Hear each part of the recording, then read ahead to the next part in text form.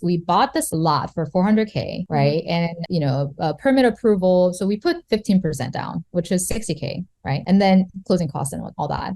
And then when it converted into a construction loan or one-time close loan, because the appraisal value was high enough that we didn't have to put any more money in. So we essentially got this, now I think it's appraised for like 1.5 million. We got Wow. basically we built the whole thing for 60K plus carrying costs, right? Right. And so this is what I'm talking about when it comes to like real estate investing. There are thousands of ways to execute the same strategy, right? Welcome to Chai and Cabins, where we talk all things entrepreneurship. Today, I have another incredible guest with us, Chloe. My name is Rashmi, like don't rush me, and it's my pleasure to welcome you onto this podcast. Welcome to Chai and Cabins, guys. Today, I have another incredible guest with us, Chloe. Chloe, you and I met a few years ago. Was it a real estate meetup? I'm pretty sure. Yeah, it was one of the meetups, I think. Yeah, it was like a random thing that we like got together and I was like, "Oh my God, like you've done so much. Let me hear your story." And then we grabbed wine, like I did a wine tasting and I was Yes. like, "Yes, this is the type of friendship I want." And we've taken road trips together and we've done all sorts of cool deals. And I absolutely love your story. I'm super excited to share it today. So I want to kind of start off by asking you, tell me a little bit about your journey kind of getting into real estate. How did you get started? How did you come to the United States? Tell me a little about the background. Yeah, my name is Chloe Kwon. I'm originally from South Korea, Seoul, South Korea, which is capital there. I was born and raised there until I was 12. I told my parents I want to go study abroad. And if anyone knows like how competitive and how much, sort of pressure there is to succeed in Korea, it's incredibly competitive and a lot of pressure. I mean, I'm blessed in a lot of ways, right? But because my parents value education a lot, but I just, I had 7 tutors since I was like second grade, right? I was on this trajectory to become, doctor, a lot of those I think kind of like robbed me from childhood in a bit, right? I didn't have like chance to be a child. Mhm. And I saw my cousins who were older than me and they were already doctors and they were just living miserable life, right? They're just did not seem happy, just a lot of pressure constantly, right? And so I was like, I set my parents down and I'm like, I'm gonna go study abroad. So effectively, that meant that I was flying by myself to Cleveland, Ohio, where I went to a boarding school, all girl Catholic equestrian school that I went. Yeah, and then I started studying there, right? So I guess I'm a first generation immigrant. I didn't speak English at the time. I have no family here. I still don't have any family here. And 20 years later, here I am. Went to five schools since then, got a job in different industries. And then, most recently I've been a data scientist for 5 years. And then this year in May, I went full time into entrepreneurship. I love it. That is an incredible story. Any lessons from kind of that era in your life that really influenced your real estate journey? I know you mentioned kind of staying with other girls. I know you invest with a lot of other people. You're great at kind of raising capital and doing this, and we'll get into that. But anything from that era that helped kind of spear that? Yeah, I think, when it comes to investing in general, I think it's sort of like a muscle that you have to exercise. It's like risk-taking muscles, right? Because as you graduate from, something that you know really well, which is like maybe a single family, all the way to some other asset classes, maybe commercial asset that you're not as familiar with, every deal you have to flex these like risk-taking muscles. And I think because I took such a huge risk when I was 12. I think that kind of helped me be more comfortable with taking risks when it came to investing, right? Yeah, and just I think also the fact that when I was growing up, when I didn't speak English, right, a lot of my friends, a lot of my girlfriends helped me a lot, right? And so I think that feeling of like oh, your community matters and you get influenced a lot and you influence them a lot when it comes to a group of people, right? So that's why I started, a woman real estate investor group here in Austin. And, and I think that's why I think it's really exciting that you're starting this podcast, right? Highlighting people who are, from the specific background, like, similar to mine.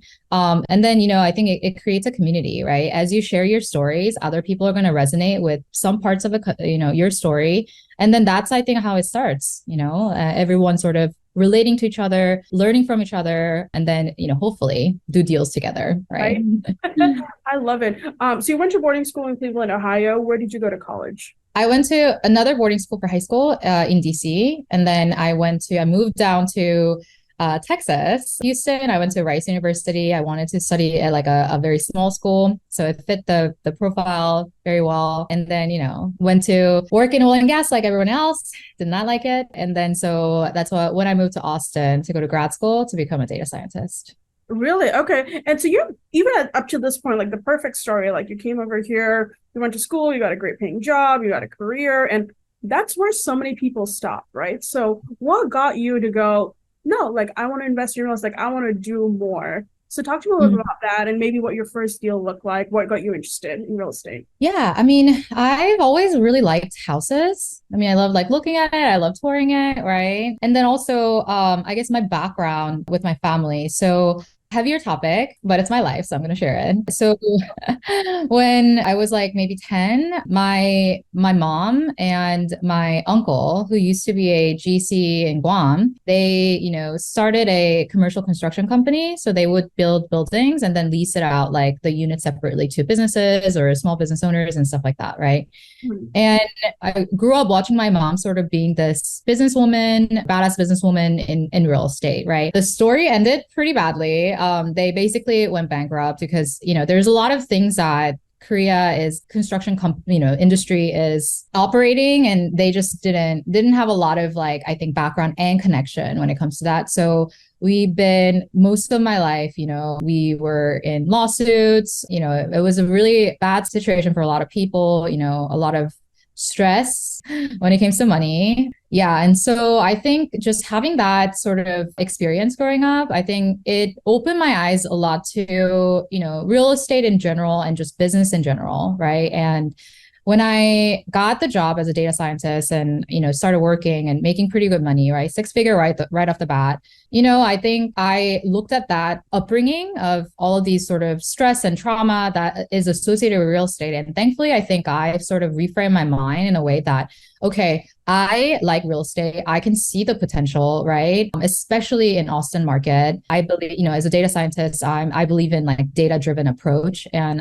all the signs are pointing to, I believe in, future of Austin economy, right? And so when I thought about that, I realized I'm like, what I could do real estate, but learn from the mistakes that my parents made when it came to real estate investing, which basically I think for them, it was, lack of risk analysis, right? Which is a huge part of investing in general. And then so I wanted to sort of reframe that out of that mind. And then, okay, I'm going to do something, but in a different way I'm not going to repeat the same mistakes, right? Learn from their mistakes. So I bought my primary, but in East Austin, basically that was my first deal. I renovated, I mean, all cosmetics, nothing structural, but it was a pretty big project because it was a very old house. And I was house hacking. So even before I bought the house, I looked for houses that were in good location that I know that I can rent it out. And then also the layouts. And the layouts of this house was like perfect for basically, they call it sneaky duplex here. Basically, you like divide a single family house, like block it so there's no shared spaces and then rent it out the other unit as a short-term rental and mid-term rental. And it's been, I mean, it opened my eyes up to, that it almost covered my expense, right? So I was like, wow, this is real estate actually makes money. Let's do more. I love it. And then so that unit, do you short-term rent it out? Do you mid-term rent? Do you do a blend? What do you typically Mhm. consists Yeah. So after I bought it, COVID hit. I did short-term rental for a while. And then when COVID hit, I turned into midterm rental because I just, the risk was too much of? of having a lot of people come in and out. Yeah. So, and but not, yeah. And now it's a midterm rental. Awesome. Anything you had to change when it became a short-term rental to mid-term rental, or did you just keep it as is? And did you like add a desk? Did you get better internet connection? I don't know.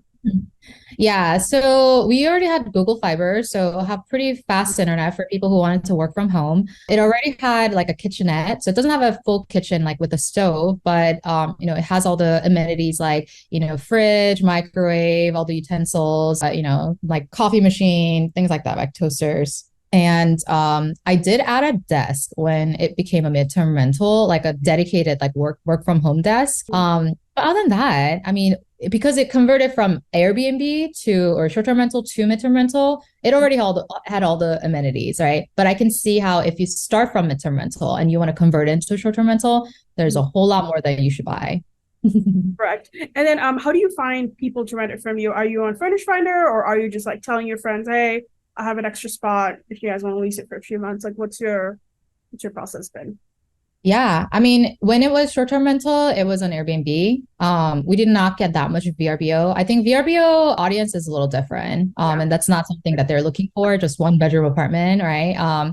And then for midterm rental, just everything through Furnish Finder. I mean, there's Okay. so much demand when it comes to midterm rental. And I think it's the part of town that I live in, which is East Austin, very close to downtown and everywhere else. And this is something, I think a lot of people want to stay in something like this where they don't have to sign like a 12 month lease and start your utility under your social security, right? All of that stuff is already taken care of. And so I think a lot of people who's like maybe thinking about us moving to Austin and maybe buying a home here, but they want to try out, a lot of them want to come stay in something like this or we get a lot of traveling nurses, a lot of like traveling digital nomads, honestly, it's been booked like the entire time since I bought it. I love it. I also house hack just like you do. And it changes your perspective so much. So I kind of started with short-term rentals and house hacking was like later on part of my journey. But it makes such a mental difference in your head because you're like, my living cost is paid for. Like for me, like half of my mortgage is paid for because Yeah. I house hack, right? But it makes Yeah. it so much easier to do other things because you're like, I don't have to worry about how I'm going to pay rent next month. Absolutely. Yeah. It's just like a peace of mind, right? When you're taking other risks, if you can cap your down risk of your current situation, yeah, you can take a lot more risk. That's the key. That's 100%. Yeah. So you have this great job. You bought this property. You rehabbed it. You're renting out. Your living expenses are more or less covered. Talk to me about like what the next phase of your journey looked like. Like what did you start? Where did you go? Yeah. So, well, I love meeting people. So I'm like one of those weird people who's like, oh, I go to networking events for fun, but I did, met a lot of people along the way, including a lot of other developers, and they're like bigger developers. But so after, buying this house and renting it out, all this stuff, COVID hit and you know what happened, right? The prices were just out of this world. Like there were some properties that had like 99 offers, right? Like Oh, very yeah, heavily, yeah, like competitive situations. It just didn't make sense for me to like try to save up to buy another house. But what I did was like, so I started underwriting for like, basically any kind of strategy and asset class that I could think of, right? From residential to flipping to burring to,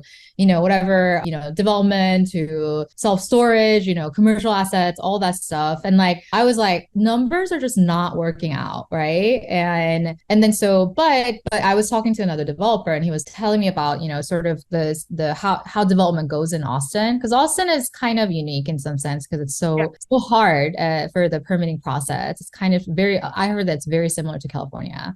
And so, but I was like, the development was the only thing that kind of made sense for me as, sort of the returns I was expecting. And, my philosophy on learning a new skill in anything is like, if there's enough barrier to entry that other people can't just freely get into this, then it's a valuable asset. I mean, valuable skill set that for me, right? So it's like worth investing that time because, you know, like when you try to get into anything, there's a lot of like time you have to spend on like cultivating your network, right? Your relationship so that you have people to go to when you have questions, right? You have to know a lot, right? Because knowledge is going to be the one that's going to be minimizing your downside risk, right? And then, you know, so I wanted to be very like thoughtful, like intentional about like which asset class I get into, and then something that I can scale, right? And do, you know, repeat it multiple times, and just development just happened to be that way. But also I was like, you know, it's a high risk, high reward type of a strategy, right? So I didn't want to put all my capital in. I wanted to share the risk and returns with other people. So I found a business partner, just also a woman. And then so we started building, right? And next thing you know, we had lots of challenges later and huge learning curve. Now I'm building. It became, you know, a few of the buildings, properties I built became short-term rental and midterm rentals in East Austin. I'm selling my current project when it's done, you know, things like that. And I love development. Development is so much fun. Tell me, what resources did you use to start learning about development? Like, were you reading architecture books? Were you on YouTube? Like walk me through your process about like how did you start learning how to develop? Because I think it's an area so many people are interested in, but like you mentioned, like the barrier to entry is so high. So people are like, I don't know how to do this. Yeah, I mean, so I think one of the reasons why development is so hard to get into is because really there's not much you can find on the internet. Because development, so just as a context, development projects are very much sensitive to whatever that county's development code that they're abiding to, right? So every place has its own quirks and stuff. Austin just happened to be pretty hard when it comes to very strict about when it comes to inspections and how we can build. So whenever I was like trying to get into it, honestly, like I listened to a lot of podcasts and I read a lot of books about just real estate in general, right? Investing in general. But when it comes to development, I mean, there are some few books, but it's not specific to your location enough that it's not going to be too helpful, right? So what you can do is literally talk to other developers, right? Like how do you source things? Who's good, right? So and a lot of times I stopped I stopped finding contractors or vendors through like Google that I don't know anymore. I only go by referrals because I realize it just doesn't make sense. You have to rely on your network in order to like find other people that quality, right? So I've gotten a lot of referrals from people. I tried a lot of different things, right? Like I try hiring interior designers, I try hiring, you know, different builders and, you know, all this stuff. So, you know, it's a work in progress. You get better at the systems and process that you're going through. But when it comes to education, that's the hardest part, is that you actually have to network and develop these relationships first before you can like feel confident getting into, right? I love it. So part of development is you have to raise quite a bit of cash, right? Like you have all of these stages of development, getting a bank loan if you're like, so this piece of land, right? Like there's all these requirements and stuff. And I feel like you're the queen at raising capital. So can you maybe share a little bit about how you kind of meet these people, how you develop the relationship? And then I can't just go up to someone like, can you give me $1 million tomorrow to open to build this? So talk to me a little about that and maybe some tips and strategies that you recommend. So when it comes to raising capital, you know, the formula is you want to be, you know, known, liked, and trusted, right? And I think when it comes to, you know, pitching a deal or finding investors and raising capital for your projects, it's really important to know that people don't invest in projects, people invest in you. People invest in you as a sponsor, right? Because you're going to have a fiduciary duty as their operator and developer to make smart decisions about their money, right? Because you have this huge responsibility of taking someone's money and you're basically saying, I will give you this return in exchange for your capital. So a lot of times I think that trust building is really important. And for me, I think I always try to show up as someone who's like interested in them, right? I want to understand if I meet anybody who's like, you know, anybody, right? Not even just potential investors. I think there's something to learn from everybody that you meet. And so I try to go into the mindset of like, okay, I want to understand what's your story? What's your life story? Where are you in this journey, right? Like, what's your pain point? What do you want in life? Like, what's important for you? And then like really try to like treat each person as like, okay, like I want to provide value, right? Because Because like in real estate, and I guess in any kind of real, if you're the type of person who's like providing value to people, like opportunities and investors are just going to come to you, right? Is my motto. I don't know if it's true, but that's sort of the motto that I try to I think there's apply. a lot more Yeah. money out there than there are deals out there. Absolutely. It's even now, right? You would think that it's like, oh, with this interest rate, like no one's investing. No, there's a lot of capital out there sitting on the sideline.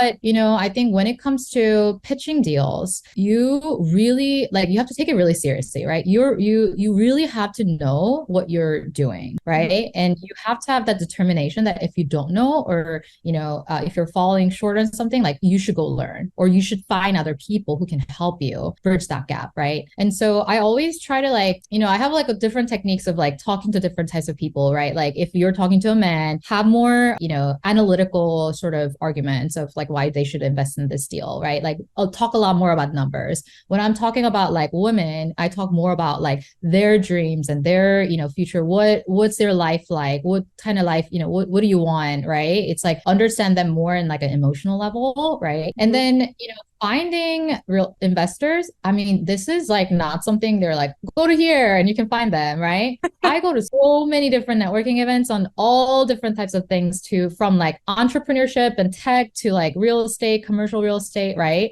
Like women, empowerment, business, right? And so whenever you're meeting all these people and, you have the mindset of like, okay, I'm going to provide value, help people, serve people in whatever way that I can. Honestly, usually I think all of my investors, they're from referrals from someone that I knew who they might not, know me that well, but like I've provided some sort of a value to them. Maybe I made a connection with him and someone else, right? Or, I show them, about this thing that they didn't know, this software that they didn't know, or whatever it is. There's always something that you can provide value for, right? And once you do that, they see you as like a trustworthy person. And I always try to only work with people that I feel like our values align, our future visions align. It's never someone who I feel kind of like, oh, I don't know, like there's this like feeling inside. And I try usually not to do business with them because, I'm going to do this for a while and this is my reputation. And I want to see all my investors succeed and make a lot of money, right? So not a short-term thing. So you should, whenever you're presenting yourself to other people, like you should present in a way that is worthy of their money, right? 100%. So when you had your job, and I know a lot of people kind of struggle with this, and you would show up to these real estate networking meetings, would you tell them, hey, I'm a developer, even if you hadn't developed a project yet, or I'm looking to do that? Or I know a lot of people kind of struggle with like, do I say what I do at my W-2, or do I talk about my real estate journey? So can you talk a little bit? Because I think a lot of it is just telling everybody this is what I do, and you'll be surprised by the amount of people that come and help you. Yeah, I mean, I think when I had a W-2 job in tech, I actually didn't tell a lot of people that I was doing real estate. And I think part of it is because, to be honest, like I was just worried about like negative stigma, right? When it comes to, oh, you have a side company, like you have another company that you're running while you're doing the W-2, right? Even though you did all the work that you're supposed to do and, always got great, like feedback and everything, right? Performance review, I was worried about that. But what I actually learned after I quit and I started talking to a lot of my old coworkers, actually, like this was very like inspiring for a lot of people, right? And they had all these questions. Like anybody who wanted to buy real estate, like doesn't even matter if they're in Austin, they're always like chatting me up and be like, hey, I have this question, blah, blah. And, I'm like responding, adding value, right? And who knows like what's going to happen in the future, right? But I know a lot of people don't like, they want to invest in real estate so that they can quit their 9 to 5 job, right? I was in like a very blessed position that I actually really like my job. I kind of miss being a data scientist even still now. Yeah. And I like being a data scientist, right? But, I think you have to think about the balance, right? Because especially if you're younger, right? Like sort of in your 20s and early 30s, like me, like you have a long way to go. You have a very long time to get to your whatever actual retirement, right? Whether that be, by job or not. And so, when it comes to, if you have to really try to think about how to optimize your portfolio in a way that you want to scale fast and all this stuff, real estate requires capital, like at the end of the day. Yeah, it does. It does.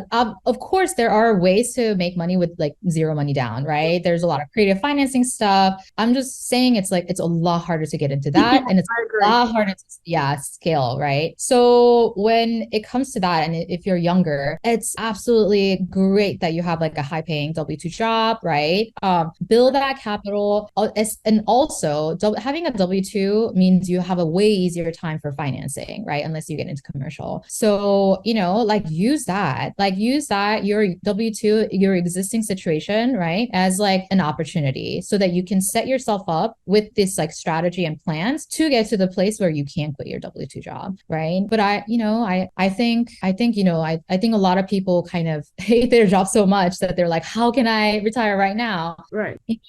Things take time. Be Right. patient and set yourself up for success, I, right? I think that's the golden nugget of this entire episode. Is just success takes patience. It takes hard work. It takes dedication. This is what overnight success looks like, is doing this for years and years and years. Yeah, And exactly. point. Yeah. And with your story too, like, like you started as, oh, I didn't know I wanted to open up a restaurant, right? And then you did, I think I saw your social media post, like you started as like a food, like a what do you call it? Like a food vendor, or like a Yeah. yeah, before you can actually open your brick and mortar restaurant, right? Did really well. And then now you're like, okay, Mm-hmm. let me buy, you accumulate all this portfolio of short-term rentals, right? And it's the same way. It takes time. You have to take step by step, right? And if that means, hey, and for your first deal, you just buy your primary and then you maybe fix up a kitchen and Right. see how you feel about renovation process. Do that, right? Well, talk to us a little bit about what your portfolio looks like today. What do you have? What are you working on? What do you like? Tell me a little bit about that. Yeah. So right now I have two build to rent properties in East Austin. What Now is it's built to rent? sorry. What is built to rent? What does that mean? Yeah. So this concept has actually got more popular, I think, since like 2015 or 16. So basically, if you look at the graph of like pattern of like how much, there's a construction cost, right? It kept going up. And then obviously the prices of properties kept going up, right? And at certain point, it used to be cheaper to just buy existing properties and then Mhm. like fix it, right? There was at certain point of time where it kind of flipped and it was cheaper to build than and also, if you this, but like renovation, there's just a lot more risk. I mean, there's different types of risk, but there are risks that you can't really account for, right, in your due diligence. If you open up a wall and your electrical like wiring is not updated and you have not budgeted that for your part of your renovation budget, that could get expensive very fast, right? And basically build to rent is you build it, development for, and it kind of like keeps a lot of those downside like risks in check because you're building it from scratch. You Right. kind of have control over the entire thing. So you build to rent is basically you build a property or multifamily, whatever it is, for the purpose of renting it out on as in your exit strategy. So you're doing all the underwriting as if you're going to refinance after your construction is done, and then you're renting it out. Build to sell, on the other hand, is sort of like what normal developers do. They build property and they sell it at the end, right? Really? Okay. So I'm guessing, so you bought a piece of land, you're developing on it. You're going to build this property. Say, I'm just making up numbers here. Say it's 500K, right? So you're going to go out and rent it. So do you hold on to the property? Like, does one of your LLCs the owner, and then you just pay the bank? Do you have to pay out the bank that helped you finance the construction, or does it just automatically convert into like a fixed 30-year loan? Yeah, so there's different product types, like loan product types that you can do for construction. So there's two or three, right? So there's lot loan, which is basically you need to buy the lot if you need to finance a lot, and then construction loan. And then there's, I think not every state has this, but state of Texas does, which is one-time close loan. So Okay. it kind of rolls a construction loan and a permanent loan together. So you only have one closing. So you're saving on the closing costs. And there's actually like I think there's really cool ways of how we came to what we did, which is like I think it's such a cool business model. But basically, if you buy the lot, this is what happened. So we bought the lot, we demoed the whatever is existing uninhabitable house, and then you start building. And what happens is when the bank sees your lot, what happens is like when you buy the lot, you basically get permitting, right? So you can't get construction loan until you have all the plans, all the specs, all the, design, everything, right? And then your permit approval hits, and then bank sees it, all these plans, and then they order an appraisal. And this appraisal is based on these plans. Nothing has built yet, but based on these plans and the comps and everything, they're appraising what the future value of this house will be, right? Really? And if that value is high enough, they say they have 80% LTV, right? On value, right? If it's high enough, you don't have to bring any more money in. So what happened with us is another developer is not doing it like how I'm doing, right? And so there's a lot of opportunities, I think, if you know more and you're plugged into a community, right? You know people, there are other people talking about different things. More there's a lot more opportunities that maybe only you can take advantage of, right? I love it. That is an incredible story. Very cool. So you have that build to rent going on. How many of those are you guys building currently? You said 2? Yeah. Okay. And then what else do you have in your portfolio? So I bought a beach house in Florida with a friend. We did honestly, bought it sight unseen. Did a 2 months live-in renovation where we brought all our animals and drove there. We both had W-2 jobs at the time, right? Like internet's like spotty, and we just did it for 2 months. We were just living there, living in the dust, like renovating. So now it's a short-term rental. It's like the biggest house in that area. So like it was a lot of work. That actually is part of I think what is important for me, which is I really think, real estate investing is a tool, right? It's one way of getting to where you want to be. But I think for me, it's what was important for me was designing my life, right? I wanted to live certain kind of life. And I think, things like this, right? Buying a beach house where you actually want to go vacation, right? Mm-hmm. And then maybe in the future, you just start buying houses in all the places that you want to vacation or live in. Right. And business, right? Short-term rental when you're not using it. Yeah. And then so I love that concept. So I bought that one. I also bought a tiny house that I ended up seller financing. There's a whole story behind it. Then building 2 more. And then I think that's it, 6 houses. Yeah. And then now I'm actively looking for commercial project where I'm probably going to syndicate. So talking to lots of different people on residential infill development, commercial asset, probably a self-storage. Yeah, self-storage or maybe another commercial development project. Because I love development, and I think I would want to get into commercial at some point.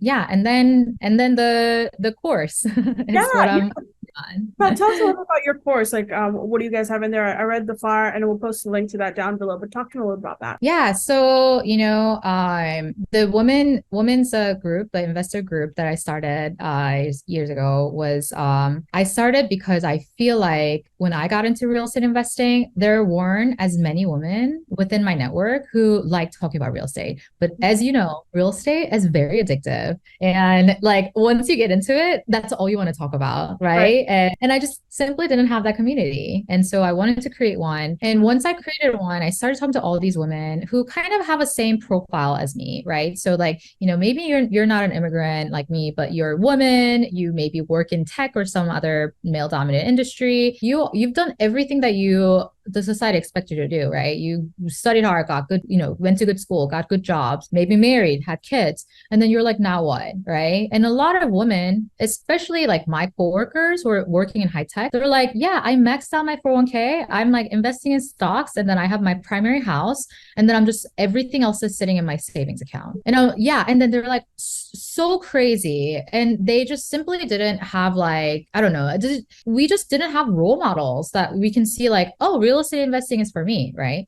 But as I accumulated more knowledge and more network, of people within real estate, what I realized was like, one, I was meeting tons of these women who are like, I don't know. Like I know I want like passive income and then I want like, another way so that, if I, God forbid, like I get laid off or, maybe I want to stay with the kid for first 5 years, like they have ability to do so, but they just simply weren't aware. But two, I think there's a lot of resources out there for like if you're starting from scratch, right? You're like, oh, like I'm a first time home buyer, or like, I want to buy my first whatever. I want to set up my first short-term rental. There's tons of like courses and resources out there. But what I thought was lacking was like, the more advanced. Once you have a couple investment properties, or maybe you've had one primary, it's like, what happens now? I have money, or maybe I have time, or I have experience in something. But a lot of people, I don't think they knew all the things that 1,001 ways where, within real estate investing provides in terms of asset classes. How do you like, do all of these things, right? So it's like both education and also like community aspect that I'm trying to do with this real estate course.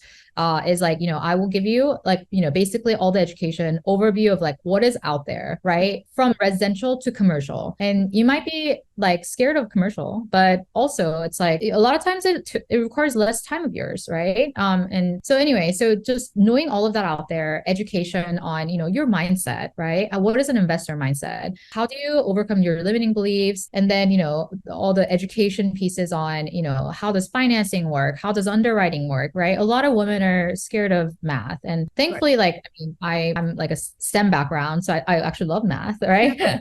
But I realized a lot of women didn't have confidence in them because they just thought maybe they're not good enough, they don't know enough, or this is not for them, this is too risky for them, whatever, right? And what really makes me mad is like, the statistics of like, by the time women and men reach age 60 years old, on average, there's more than $1 million net worth difference between men and women for many different reasons. Yes. And part of it is because, we're just not as like risk taking as men. And I'm not saying that you should take all the risks, but at a certain point you have to take certain risks, and minimize it as much as you can. Yeah. But you have to take action or else like it's, your future, you don't have control of your own future, right? You're putting it on someone else's hand. And yeah, so I just wanted to create, a course and also like a sort of like a mastermind, right? And then also like we can, I can do consulting, like a one-on-one type of a thing, or you can, and I think what's the biggest part is one, you're going to have a community of other women. If you want to partner with each other, take down a bigger deal. You don't have to do it by yourself, right? Or if you don't have money, partner with other people, right? So that's like what I wanted to create in terms of community. And then two, I realized,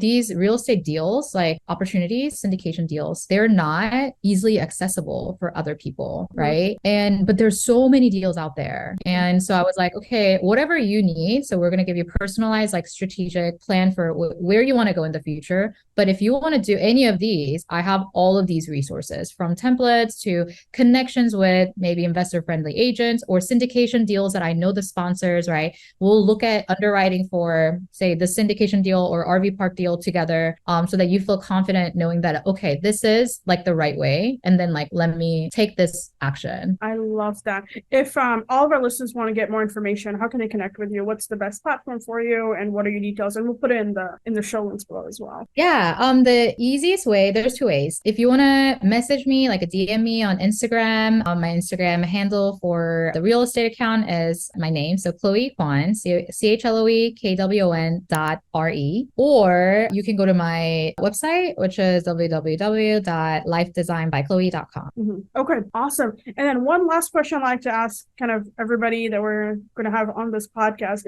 is there anyone you recommend that I talk to and bring onto this podcast? Anybody you aspire to, you look up to, or anyone that you think would be a great resource to share the story with? Yeah. I mean, I think you should talk to my friend Jen. She's like a hotel investor from, Puerto Rico. So Yeah. kind of an immigrant, had the same sort of similar life, right? Like she's been an engineer previous life, and then now she's a badass hotel investor. So If you can make the introduction, I'd love to bring her on the podcast. yeah, of course. Yeah, thank you so much, Chloe. I really appreciate all your time in this. Any other valuable feedback you'd like to share and closing statements, arguments? Yeah. Arguments. I think the fact that whoever is listening to this, you're looking for something greater than what you are doing now, right? And you want to create that kind of life for your own future. So like I salute you for thinking about future, wanting to have plan. And I think, yeah, like surrounding yourself with the community that, like-minded community is going to be huge. Find groups that can help you, support you, talk about things that you're interested in talking about. And, ask for help, reach out to other people, join masterminds. Like, there's a lot of things that you can do, and you never know which like thing that you did is going to actually like provide the biggest opportunity for to live the life that you want, right? So, take that risk. Like everyone has fear when it comes to their future, each deals, right? Doesn't matter how big you are. So, take that risk. Yeah, I felt like I thought it would get easier, but it doesn't. Like you have different risks that you're worried about. Absolutely. Yeah. It's a different types of risk as you accumulate more.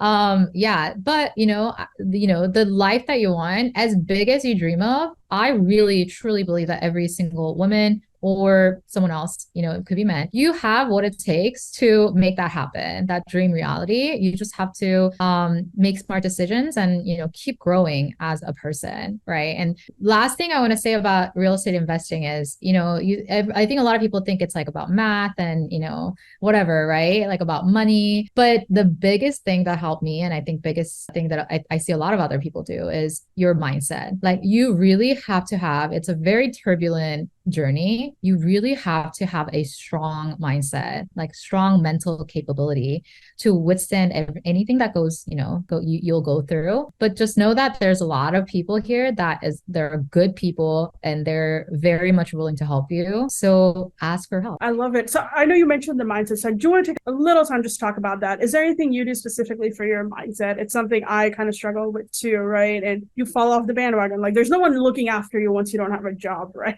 Your bosses are following up with you. So talk to us a little about mindset. And things always go wrong in real estate. They go wrong. And things like randomly, we're just like, everything's going great. And then like everything just starts like cascading down.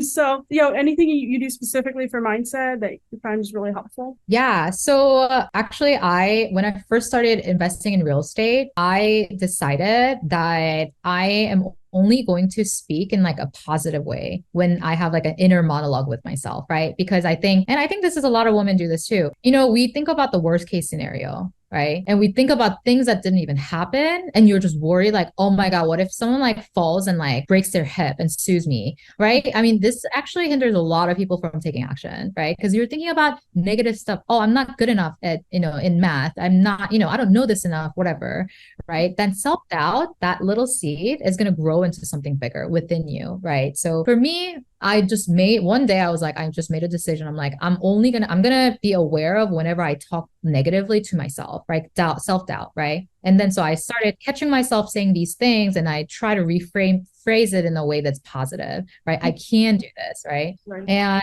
second thing that helps me a lot is honestly, I actually saw Ray Dalio talking about what was the biggest trait or thing that he did that enabled his success. And he said meditation, right? And I 100% agree. I've been meditating almost every day for the last 10 years and it has helped me so much withstand, like burnout is real, right? Like I was burning out heavily because I was trying to juggle W-2 and this and all this stuff last year. And meditation, I do it every morning, is so helpful. Same with after you meditate. Sorry, I didn't mean to cut, but where did you learn to meditate and how did you get started? And then of course I want to hear about the efforts as well. Yeah. So I got into meditation when I was living in Nepal. So one of the causes I like just really, really believe in, and I don't know why, because there's no one, I didn't experience it personally and no one around me did, but human trafficking and domestic violence has been something that I just feel greatly for. And so I lived in Nepal. We were rescuing women from these abusive relationships and trafficking situations. And then at the end, I joined this 10-day silent meditation because it was something that locals like highly regarded. They're like, you have to do this, blah, blah. Never meditated in my life before this point, right? But I was like, oh, well, I'm gonna be here. I'm already here. Let me do it. I had a friend that joined with me and she ran away on day three, literally, because it's really intense, right?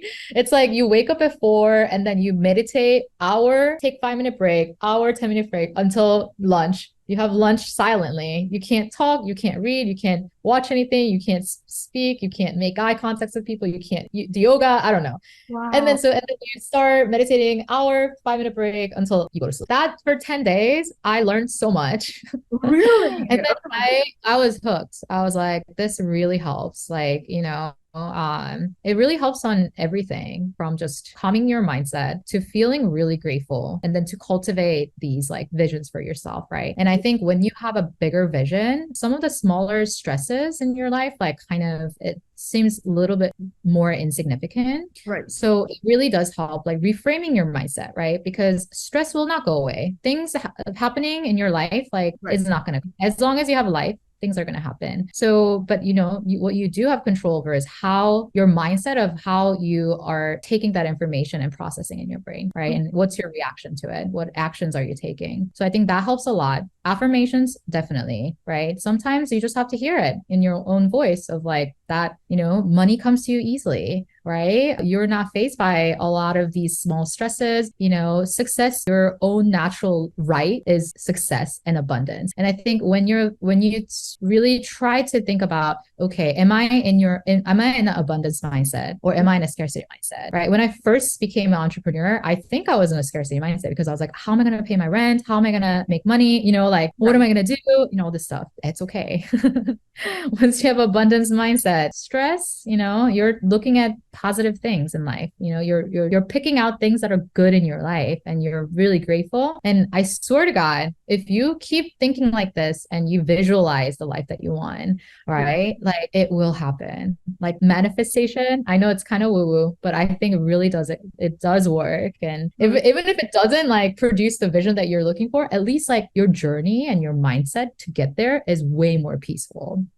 I 100% agree. Do you have like a specific area you meditate in? Do you put on some music? Like, what does your process look like? Yeah. So every morning, it's kind of like morning routine that you want to like just do every day. So my morning routine is I wake up. I don't set alarm anymore after I became entrepreneur. Like, right. So I wake up. Yeah. I like a time. Yeah. But I mean, my body kind of wakes up at 7 anyway. So I wake up and I do just like 10 minutes of like breathing. So I sit down anywhere. It could be like a cushion. It could be on a carpet. It doesn't really matter. So you sit down and then you close your eyes and you want to first like, just regular breathing, check in with your body, drop in, and then I do breath work. So different types of breath work, right? But it kind of wakes up your brain in a way. And then sometimes I do guided meditation if I want to do like a a manifestation, like something specific, or I'm just doing like it's called transformational meditation. It's basically like you have like something like a om and you're just repeating that in your mind until you're done with meditation. Yeah. So that's what I am doing. Yeah. And then whatever else, right? Find the place that works for you, right? I love it. I love it. Thank you so much, Chloe. I really appreciate having you on the podcast. I'm excited to watch your journey continue and grow and get all these deals. I think by the end of our podcast, you're going to own all of Austin in development. So thank you so much for coming on. I appreciate it. Thank you so much for having me. It was great catching up with you. Thanks for letting me share my story. And if anybody wants to reach out, get connected, please do. I would love to hear from other people. Thank you so much.